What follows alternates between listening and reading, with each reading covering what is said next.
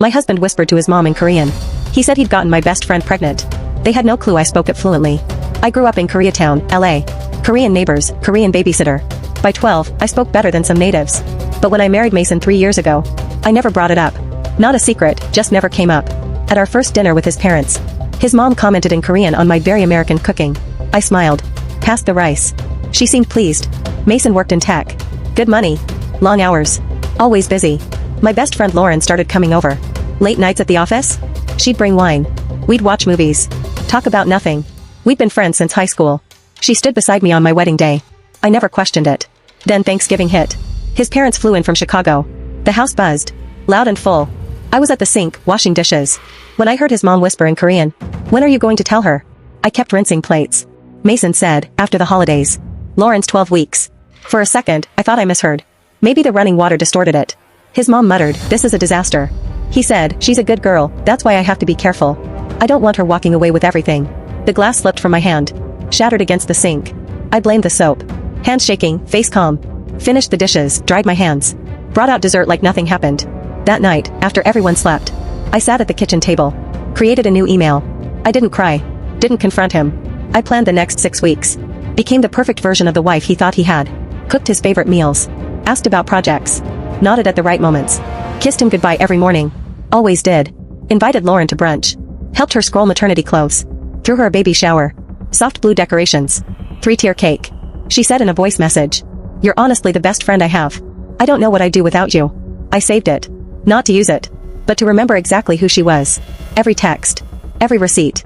Every time he claimed late nights. While his car sat outside her building. I hired a private investigator. Nicole. Calm. Efficient. No unnecessary questions. 2 weeks later, coffee shop downtown.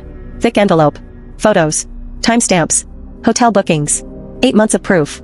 I paid Nicole in cash. Stood up. She asked softly, "You okay?" "Yes," I said. Meant it. 2 days after Thanksgiving. I'd been drained. Cried in the shower. Stared at the ceiling at 3 a.m. While he slept, deep breathing, unaware. Then something shifted. Not stronger. Clear. I lay beside him, counting his breaths. 1, 2, 3. He slept peacefully. Unaware I'd organized everything by date. Saved the attorney's number under a fake name. Opened a secret bank account. 12 blocks away. Off his route. Planned while making breakfast. Ironing shirts. Tying ribbons for Lauren's baby shower. Lauren got careless. Sat on my couch one afternoon. Rubbing her stomach. Said, "The father wants to be involved, but needs to handle his situation first." "That sounds responsible," I said. "He seems like a good man."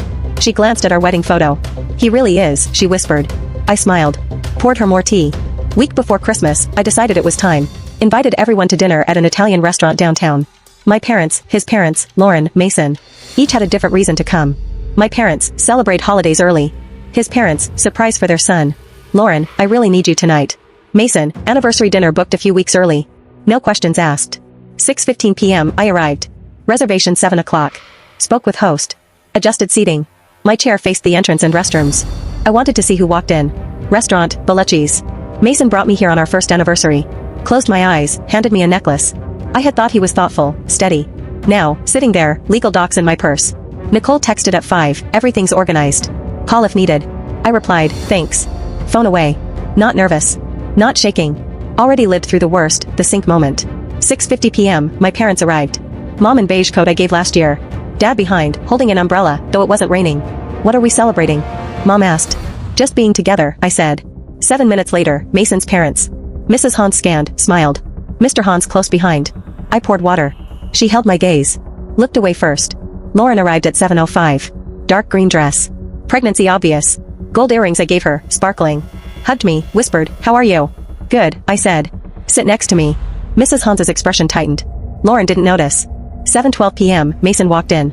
Adjusting his jacket, late as usual. Spotted me. Smiled. That smile, used to calm me. Greeted everyone, sat to my left. "Traffic was awful," he said, hand over mine. I let it stay. Waiter came. Small talk. December weather. Christmas plans. Dad telling a story about a neighbor's tree falling. Everyone laughed. Mason relaxed, talking about work updates. 3 weeks. He hadn't suspected anything. "Now, do you really want to see how it all ends?"